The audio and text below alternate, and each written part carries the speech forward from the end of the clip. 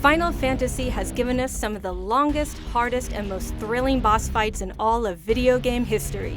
Here are 15 Final Fantasy baddies who gave us a run for our money. Bahamut is one of Final Fantasy's most iconic and impressive summons, and can only be recruited by challenging him to a fight. Winning against the Dragon King is a truly Herculean task, but as one of the most powerful summons in the entire series, he's worth fighting for. Like Bahamut, Odin is a mighty summon who can only be acquired once you've defeated him in battle. This usually involves a nerve-wracking race to try and take him down before he uses his Zantetsuken ability, causing instant death. If you can survive his slicing and dicing, he'll join your party and turn his blade on your enemies.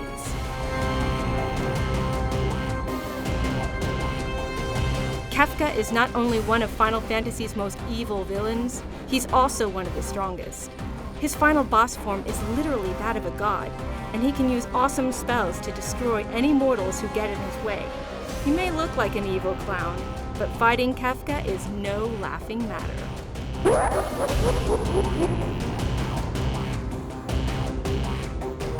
Atma Weapon, also known as Ultima Weapon, is a terrifying being who guards the warring triad on a floating continent. What makes it so scary?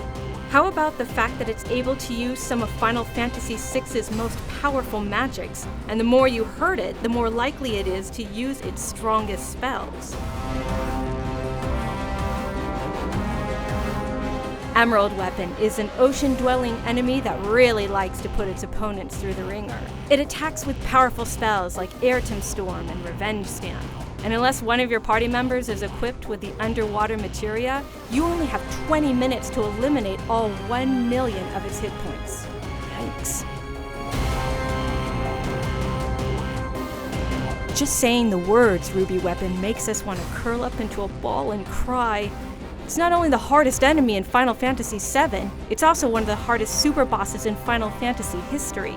It has staggeringly high offense and defense, and its ability to inflict various status effects and eject party members from battle makes it a nightmare to deal with. We both hate and respect Ruby Weapon, and this list would be incomplete without it. Bosma may look like a pretty sphere with its bright, happy colors, but don't let appearances fool you. This super boss casts some wicked spells, and when its HP runs low, it can heal itself, undoing all your hard work. In other words, it's a big round jerk.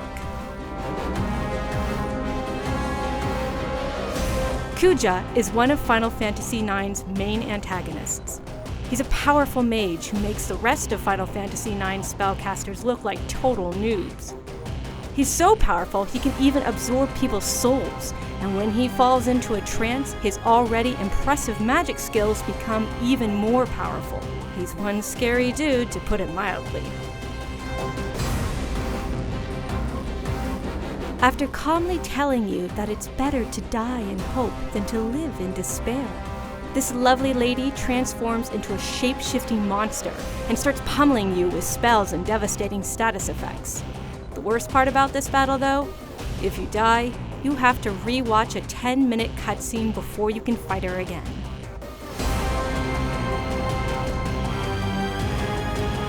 This weird-looking thing is an insanely hard super boss that boasts 12 million hit points and has incredibly powerful attacks, including Judgment Day, a spell that hits all party members for 99,999 hit points and 999 magic points. Ugh! Taking Penance down requires a combination of strategy and skill, and if your party isn't completely maxed out by the time you reach it, Penance is near impossible to beat. Absolute Virtue not only takes hours to try and overcome, but it's notorious for using player abilities. The most annoying example is how he uses Benediction when his health gets low, a white mage spell that recovers almost all of its health. This forces players to basically start the grueling, hours-long fight all over again. In short, Absolute Virtue is an absolute troll. Curing is a formidable opponent with the ability to summon powerful entities that help it in battle. He was originally one of the strongest enemies in Final Fantasy XI, and still packs quite a punch for those who aren't ready to take him on. Yezmat is a Final Fantasy XII super boss with over 50 million hit points and the ability to inflict instant death on individual party members. Not to mention it can do up to 12 hit combos in battle. To say that this is a tough boss fight is, well, somewhat of an understatement. This anthropomorphized pipe organ is Final Fantasy XIII's main antagonist, and appears no less than 3 times to challenge your party. Each incarnation is stronger than the last and requires a different strategy to take down. Bartholomew claims to like using humans as his own personal tools, but personally, we think he's a tool. Garuda resides in the mountains of Korthus, and is infamous for her ability to teleport around the battlefield while casting spells like Mistral Shriek and Aerial Blast. On top of this, she spawns miniature versions of herself that help her crush her foes. A tough boss? Yep, we think so.